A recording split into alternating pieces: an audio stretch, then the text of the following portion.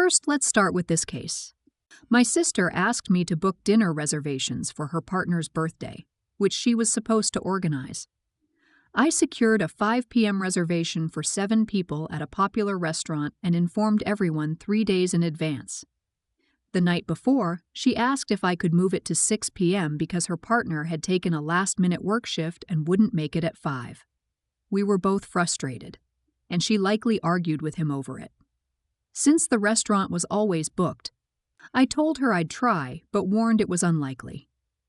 When I asked about a backup plan, she said that I should just cancel it. She added that her partner was annoying for not being able to say no to work, and that she was tired of doing things for people who couldn't be bothered to help out. The next morning, I called the restaurant, and they couldn't move the reservation, so I canceled it, assuming the dinner was off. But then my sister decided we should still celebrate at 6:30 p.m. at another restaurant. At this point, I was frustrated by all the last-minute changes and questioned why we were going out of our way for her partner when he didn't seem to care. She defended him, saying he had no family here and would have to spend his birthday alone, and that we shouldn't blame him for taking an extra shift to make more money. I suggested a restaurant, but she rejected it, choosing one she'd previously dismissed for bad ambiance. When I pointed this out, she got defensive, citing her exhaustion and travel. I asked why she planned dinner on the same day she was traveling, and my other sister and I suggested Sunday lunch, but she refused, saying her partner wasn't available. When asked if dinner was canceled, she exploded, blaming us for not helping and claiming she had no Wi-Fi on her flight. Later, she said her partner was available again, making me question why I'd canceled the original reservation. She yelled that no one could get ready for a 5 p.m. dinner and accused us of not caring, even though I'd followed her instructions. My other sister, who had rearranged her schedule, was also frustrated. She also gave us the impression that if we weren't able to secure a 6:30 reservation at the original restaurant, then we should just cancel. She swore at us for misunderstanding that is what she wanted. My sister then lashed out, saying she'd tell her partner no one cared about him. I reminded her she told me to cancel and had proof, but then she denied it and said we just assumed. She exploded, swore at us, and ranted about being the only one making an effort, despite me working 2 jobs and our other sister having a child to take care of. She said she booked a restaurant at 6:30 p.m., but we were so repulsed by her attitude, we decided not to attend. It would have been awkward, and knowing her, she would have made several sarcastic remarks and give off a nasty vibe. I did get her partner a present, though, and sent it to him. My sister lost it, saying she was sick of convincing people, and ended with a rage-filled message, telling us to go f*** ourselves, and saying she hopes we live a life of trouble and misery.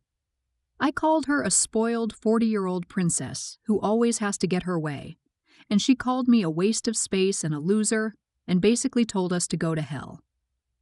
I tried to accommodate her, but she kept changing plans and blaming everyone. AmITheA for refusing to keep adjusting and backing out and not attending her partner's birthday dinner? Let's start judging. It's nice to have dinner as a family to celebrate birthdays. It's also completely optional. Ordering in a nice meal with cake, just the 2 of them, is a very common and reasonable way for adults to celebrate. Stop playing secretary. She can plan or not. Show up if her plans work for you. Just stop engaging in the drama. You're enabling her and frustrating yourself in the process, and then overthinking whether you'd be an idiot. For your own sake, just stop doing this. This is something that was on her to arrange. And by her attitude, I'm highly doubtful that it's the first time that she's thrown her toys out of the pram, because you or your sister weren't dancing around her when she pulled the strings of her puppets. You'll probably think I'm being harsh, but if you learn to say no, your life will become so much better. And if Little Miss Entitled doesn't like it, let her have her tantrum and ignore it. You're in the wrong to yourself. You said she always pulls crap like this, expects you to act like her secretary, and isn't even appreciative but instead gets angry at you. Yet you still continue to do everything she tells you to do, and you let her treat you like this. Stop enabling her behavior. Next up, my mother-in-law, wife's mom, initiated a divorce from her second husband late in 2022. NC law requires couples to live separately for a year before divorce proceedings can occur. She asked to move into our house, which gave her our bonus room. This room is a 12 by 24 room with carpet, a closet, full bathroom for herself attached to the room. She moved into our house on 12/31/22 and began paying rent, $500 per month for the first year. Then she volunteered an extra $100 per month for the second year to cover Netflix access and increases in HOA dues and utilities. She just moved out last month into her new home. My wife and I knew we needed our flooring downstairs replaced, and we wanted to go ahead and do our stairs, main hallway, primary bedroom. The bonus room we had decided to also get done, since the carpet had been lived on 24/7 for 2 years. My mother-in-law worked from home, so she essentially spent her time in that room working, relaxing, or sleeping. She also had a dog with her. We felt it wasn't right to charge her the cost of the upgraded flooring we wanted, so we asked the flooring estimator to send us a separate price for similar carpet in the bonus room so that we could present that price to her. We were told the LVP option was $2,500. The carpet option was $1,400. We advised her of the $1,400 in November and told her it wasn't expected up front, nor would we ask for it after she closed on her new home. We were willing to work with her on it. Flash forward a month, and she's moved out, and she asks to speak with us about the carpet payment. She isn't sure why she's being asked to pay $1,400 when she thought it was our plan all along to change the flooring anyways. Mind you, this carpet was new and used as a toddler playroom for about an hour each day prior to her arrival. She and I decided to agree to reduce it to $500 because she felt she should have been able to at least get the carpets cleaned, which would have cost $500. We denied this request initially because we knew that carpet cleaning wasn't going to remove the wear and tear of her existence. Well, once we agree on $500, she asks about the $100 I had agreed to refund her for some car work I had done. I agreed to it and figured we were done. Next, my wife finds out about this agreement and immediately calls her mom to discuss in frustration. Her mom decides to oblige to $1,400, but then begins to say how she incurred extra costs from her car repairs because I wasn't able to fix her car, and that it should cover her $1,400. She also mentioned that her extra $100 per month should have covered the cost as well, even though that was never agreed upon. Of course, since this all happened right before the holidays, we just agreed to accept $400. We've seen each other a few times without issue, but there's still some bitterness, especially with the comments about how she now had to pay a bigger sum of money for her car repairs. Let's start judging. I must be missing something here. Your MIL moved in with you and paid you rent, and you also want her to cover the cost of replacing the carpet in the room she occupied? Why would your MIL be responsible for the cost of replacing carpet that you, the homeowners, want to replace? Is she benefiting somehow from the new flooring? You've treated her as a tenant. She paid rent. And if you'd wanted her to address the flooring, you could have asked her ahead of time to cover the cost of carpet cleaning when she moved out. I'm glad we're not related. This seems a transactional way to treat a family member. You're in the wrong. You're in the wrong. From your text, it doesn't sound like she did anything to the carpet besides living in the room, as in usual wear and tear. While yes, having someone live in a room with carpet for months and months will most likely kill the carpet, that is on you for having it in there. You agreed to her staying. She paid rent. She even covered additional costs when they increased for you. You wanted to replace your entire flooring anyway, so I don't think she, as a previous tenant, should be responsible for usual wear and tear issues. Honestly, it does sound a bit like you have costly home renovations coming up and want to get some extra money for it. Your MEL is just trying to get out of it after you came to a reasonable agreement, but she faltered post her daughter blowing up on her. Also a bit of a, seriously? Move. You're in the wrong. Rent covers normal wear and tear. Security deposit covers exceptional damage outside of normal. She was in the space for 2 years as a renter. Since this is now a business transaction to you, the litmus test is whether or not your claim would hold up in small claims court. I don't think you have anything to stand on unless you could demonstrate that Mael willfully damaged the carpet. Not a legal professional. Next up, my husband 33 and I, 33F, have 5 kids, including a daughter, Allison 13F. Allison and a few of her friends have a crush on this boy in her grade, Connor, 13M. Connor is a very popular boy in her school, and earlier this year, he started dating Lizzie, 13F. Lizzie is autistic. She's kind of quirky and mostly cares about art and crafts and is a pretty good artist. My daughter had issues with bullying Lizzie before she started dating Connor, which my husband and I grounded her after she bullied her a few years ago. A few weeks ago, a teacher called us to tell us that Allison and her friends were bullying Lizzie again, and telling Connor that he should break up with the Spurg.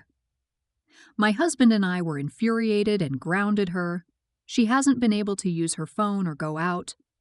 We're also making her read resources from autism self-advocacy groups. This past weekend was a sort of carnival/fair the school runs, and all of the clubs as well as some local businesses have booths. My husband and I went with Allison and our other kids. They do this every year. We saw the baseball team was selling art, stickers, and beaded bracelets, in addition to the shirts/merch they normally sell.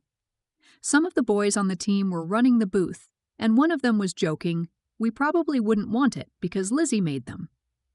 I told the boy that my husband and I would love some bracelets and bought some for our kids.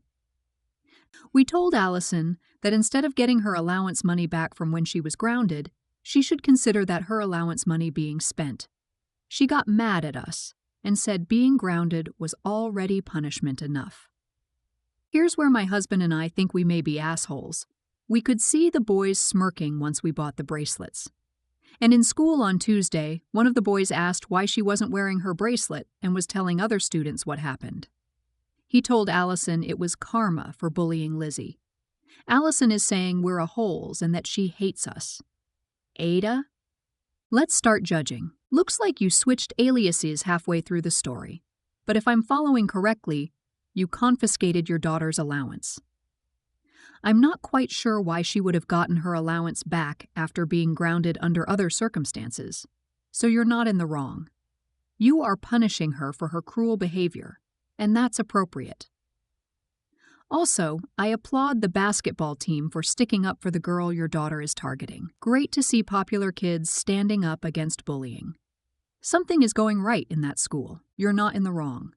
Your daughter needs a serious lesson, well beyond grounding. Bullying is dangerous these days. Way too many kids unalive themselves BC of bullying. My kid would never get an allowance again until she made reparations to Lizzie. Everyone sucks. Obviously, Allison needs to understand consequences. You gave her consequences, and then you piled on. Had you said that from the beginning, it would be fine. But to simply add it later and pat yourself on the back is you basically getting schadenfreude from seeing Allison suffer. She understands that you are enjoying her suffering, her consequences. If you want to actually have a relationship with her, you need to reframe this so that it is purely constructive. And absent additional poor behavior warranting consequences, you need to abide by your own decision for punishment. Next up, I promised my mother, 64th, that I, 20, go with her to Tanzania. She's always wanted to go, and talked about it for years, but since she divorced my dad over a decade ago, hasn't had anyone to go with. My wife, 27th, pointed out that once we have children, the chances of me going on a 3-week vacation alone will be pretty low, and by the time our children grow up, my mother might be too old to travel long distances. So I told my mom I wanted to go with her. She cried, she was so happy. The trip was booked for March. My wife has been nothing but supportive. Unfortunately, my wife and I have struggled to conceive. We have been trying for 2 years and moved country recently, away from my mother. I assured my mother the trip was still going ahead. My wife and I recently had our first round of IVF, and it failed. The doctors had been confident because my wife is still young, but it didn't. My wife and I took this news hard, especially my wife. I won't go into the details, but despite only being 27, my wife has some significant fertility issues. We found out that we are probably never going to have a child, even with IVF. My wife's mental health after the IVF failure declined, and what made matters worse is the day we found out it failed, I had to go on a 2-week business trip. My wife was left on her own in a new foreign country, with no family or friends, starting a new job, grappling with this awful news on her own. My wife lost weight and is now under supervision by a psychiatrist and psychologist and medicated daily. When I came home, I saw my wife was skeletally thin and struggling to get out of bed every day. Leaving her on her own is not an option for the foreseeable. I called my mother and explained the situ. I told her I wanted to delay our trip by 10 weeks so that my wife could finish her treatment and come with us. It was a win-win.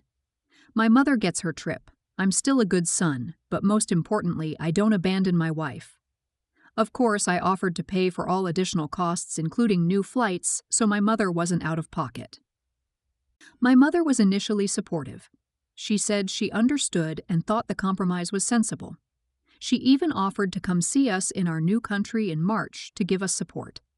A week later, my mother called me and said she's disappointed about the trip being postponed and that we had let her down. She said with my wife coming, that the trip would be different to what she expected. She said she can't handle the thought of it potentially being postponed again. We never said it would be, and no longer wanted to go on the trip at all. She said she never wanted to speak about the trip either. She canceled the flights and asked my wife and I to refund her for everything, which we did. Once we paid her back, she stopped answering my texts. She hasn't once reached out to my wife, who she's known for 10+ years and knew how much children means to her, about the IVF, the trip, nothing. Or me. Let's start judging. You're not in the wrong, but your mother is also right. Just postponing is one thing. But your wife coming after such a difficult period does change the trip significantly. It will likely turn into your mother tagging along on your trip with your wife. Can you postpone until you can leave your wife at home? The narrator seems unreliable, and there are likely missing reasons for the mother to react like that. Originally, the trip had to happen now before OP had kids. Then it was postponed for 10 weeks, and the wife was added to the trip because they can't have kids. I understand delaying the Tanzania trip to support the wife with her mental health, but the business trip still happened, / wasn't postponed or cut short. And why invite her on the mother-son trip? That's what makes me think you're in the wrong. No one is in the wrong. Your mom is hurt and disappointed. She was looking forward to time with you. She understands you have to be with your wife, but that doesn't mean she still isn't hurt. She could have just yelled and been mean, but she backed down, deleted the trip, and doesn't want to talk about it. That's her way of coping, grieving. Allow her to grieve. And she is correct. The dynamics of the entire trip changes if your wife comes along. When you are a parent, you will understand this. I'm sorry your wife is ill, but I feel for your mom. I'd be crushed too, even if I knew you need to be with your spouse. She spent years looking forward to this trip with you. Give her grace.